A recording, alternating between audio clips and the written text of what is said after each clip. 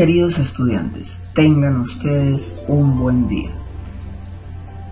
En esta presentación vamos a analizar, a reflexionar acerca de una de las disciplinas que más ha cuestionado el pensamiento humano, y es la filosofía de la religión. Este trabajo es presentado por Jaffer Dayan Barreto Romero, estudiante del segundo año de filosofía del Seminario Mayor Nuestra Señora del Carmen. Para este estudio vamos a tener en cuenta dos dimensiones, guiadas por dos autores que aportan y que son esenciales en el estudio de esta rama de la filosofía. El primero de ellos es Manuel Faraijó. Este personaje nos hablará acerca de la racionalidad de las convicciones religiosas. Recordemos que Manuel Faraijó es un teólogo y filósofo contemporáneo de Karl Rahner y Pannenberg. Primero, abordando al autor desde la racionalidad de las convicciones religiosas, y más adelante a otro autor muy nombrado, Muguerza, quien nos hablará desde la perplejidad, daremos centralidad a nuestro estudio. Para este primer momento, con Manuel Faraijó, tendremos en cuenta 4 puntos a tratar. El primero de ellos se titula Entre Atenas y Jerusalén. El segundo nos habla de la convicción bajo sospecha. El tercero nos da un esbozo cordial de razón. Y el último habla de la insuficiencia de los emotivismos. Primero, entre Atenas y Jerusalén. Teólogos y filósofos de todos los tiempos intentaron hermanar religión y filosofía.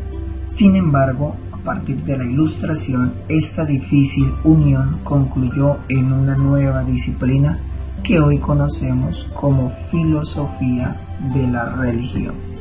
Siguiendo la relación que durante tanto tiempo se ha buscado, grandes personajes han manifestado sus aportes.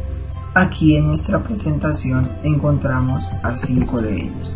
El primero, Justino, quien consideró que el verdadero filósofo es el que da su vida por la verdad, algo que solo hacen los cristianos.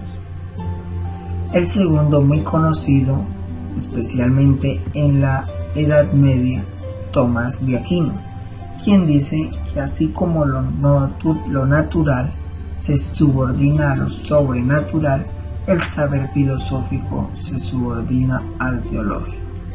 Seguidamente encontramos a un gran reformador del protestantismo, Lutero, quien llamaba la razón bestia, fuente de todo mal y prostituta ciega del demonio, negándose a una posible unión.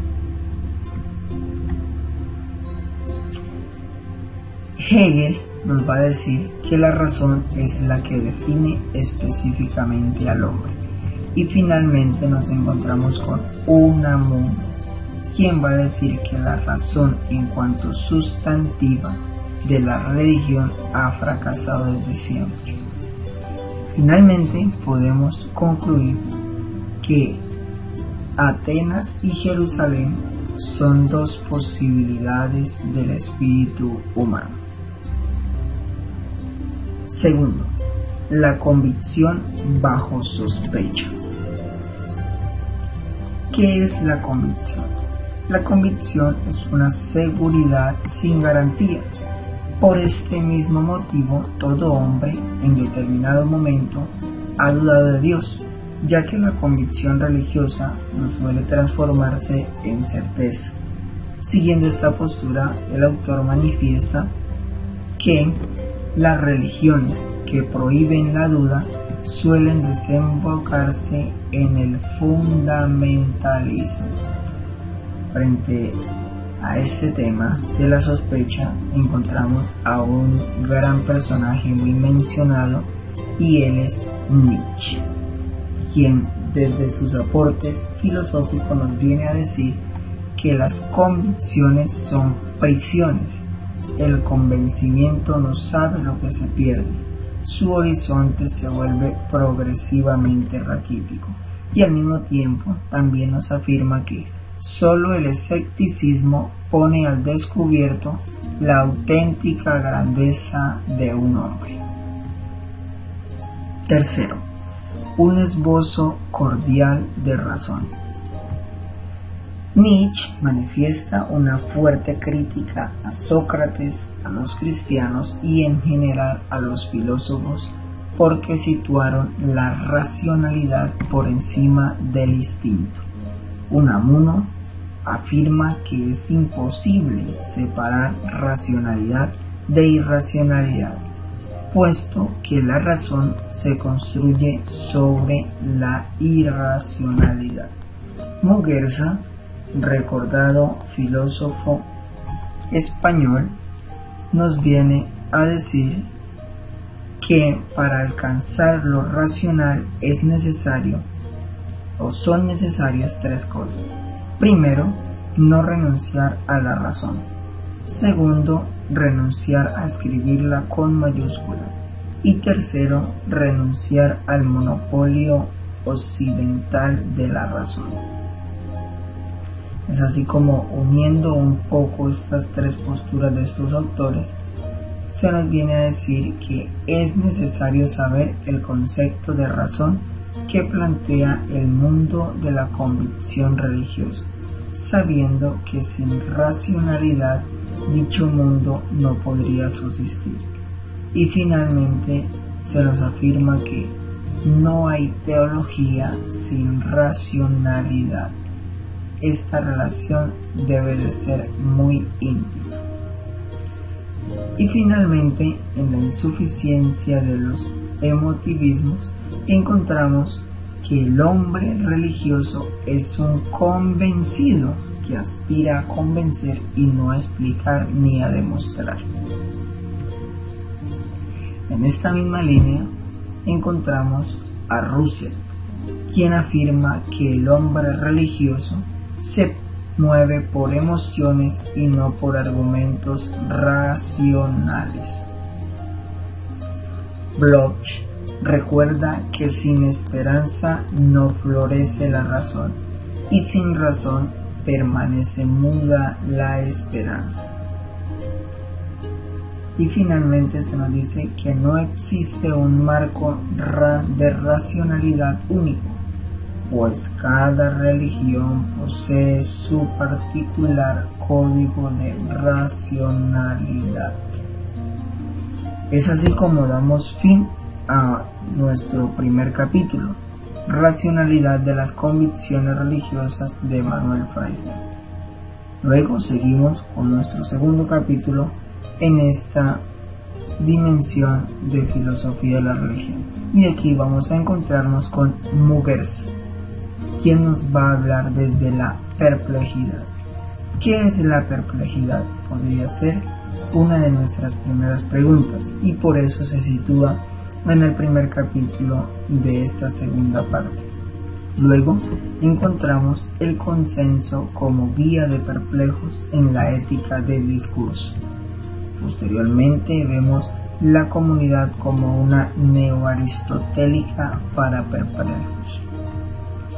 Luego la perplejidad posmoderna y razón con minúsculas. Seguidamente ni dogmatismo ni escepticismo.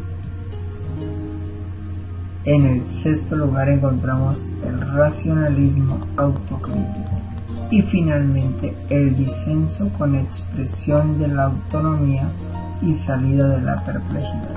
Damos inicio entonces a nuestro primer título de esta segunda parte de nuestro estudio de la filosofía de la religión. Perplejidad. ¿Qué es la perplejidad? Es un estado de tensión ante dos opciones que se representan ambas como válidas para un sujeto mortal. Es un estado en el cual el ser humano no halla para dónde coger. En la actualidad, se nos presentan dos corrientes como guías para salir de tal situación. En la primera encontramos la ética discursiva. Esta nos propone el consenso como criterio. Y también encontramos el neoaristotelismo, que propone la vuelta a la ética comunitaria. Segundo, el consenso como guía de perplejos en la ética del discurso.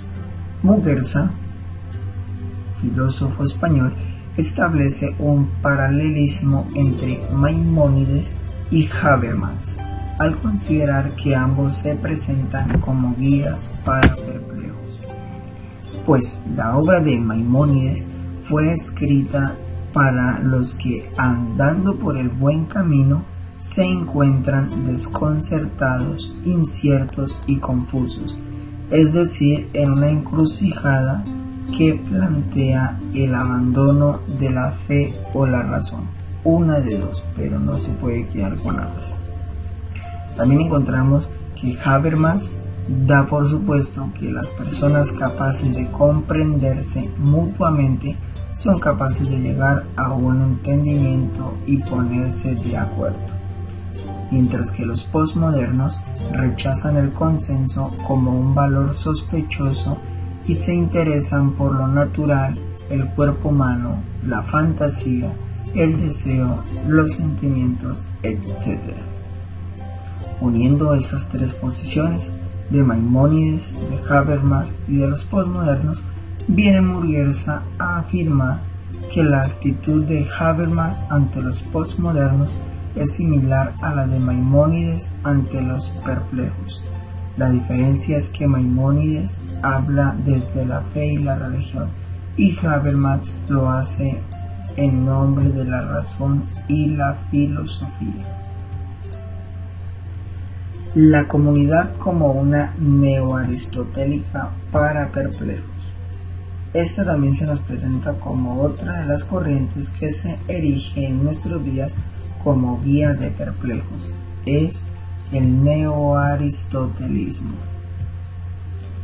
Defiende una mentalidad tradicional dispuesta a reemplazar la ética de los individuos mediante una supuesta eticidad comunitaria. Volvemos a la época del tradicionalismo. También vemos que la eticidad hegeliana y neoaristotélica no nos exime de la moralidad kantiana. Perplejidad posmoderna y razón con minúsculas. La perplejidad es un padecimiento que requiere una cura lenta, si es que la tiene. Este tipo de padecimiento es el que experimentan los posmodernos perplejos ante la situación espiritual de nuestra época. Dice Muguerza que todos somos de un modo u otro posmodernos, a menos que seamos ilusos. La razón es limitada y frágil, por ello cabe desconfiar tanto del irracionalismo como de los racionalismos excesivamente ambiciosos. Todos los límites, todos los excesos son negativos en este pensamiento. Y en este tema vamos a analizar un poco esta pequeña contradicción. Ni dogmatismo ni escepticismo. Bueno, afirma aquí que la filosofía es siempre guía de perplejos. A ella le pedimos que nos saque de la perplejidad y de profundizar en los rasgos que la caracterizan en su significado. Muguerza entiende que la filosofía es un conjunto de perplejidades, es decir, estados de tensión entre la ignorancia y la certeza que nos asaltan una y otra vez. La perplejidad ni es dogmatismo ni es escepticismo, más bien podemos decir que construye el único padecimiento filosófico capaz de inmunizarnos contra ambas formas de intolerancia. Racionalismo autocrítico. La perplejidad no es un mero estado de duda. El que duda entre dos alternativas no define ni lo uno ni lo otro. El perplejo tiende a pronunciarse entre lo nuevo y lo viejo generalmente. El perplejo tiene que optar por una u otra alternativa y la opción por la razón frente a la sin razón es la opción fundamental. Muguerza afirma que un racionalismo templado en la perplejidad nunca estará excesivamente seguro de sí mismo, será un racionalismo autocrítico. Disenso con la expresión de la autonomía y salida de la perplejidad. Muguerza manifiesta una tensión al preguntarse qué es prioritario, si el consenso o el disenso. El consenso hace referencia a la universalidad, el disenso a la autonomía individual de cada sujeto para decir que no. Consenso y disenso. Muguerza admite que la ética es un círculo en expansión, de manera que todo disenso es aceptable si contribuye a la aplicación y nunca a la producción, si mediante el reconocimiento de nuevos derechos. Pues en todo este debate a Muguerza le parece más clara la prioridad del disenso. Habermas dice que para él es autónoma la voluntad que se orienta por aquello que todos podrían querer. Bueno, muchas gracias. Esta ha sido nuestra presentación el día de hoy de filosofía de la religión desde la racionalidad de las convicciones religiosas de Manuel Feijoo y desde la perplejidad de Muguerza.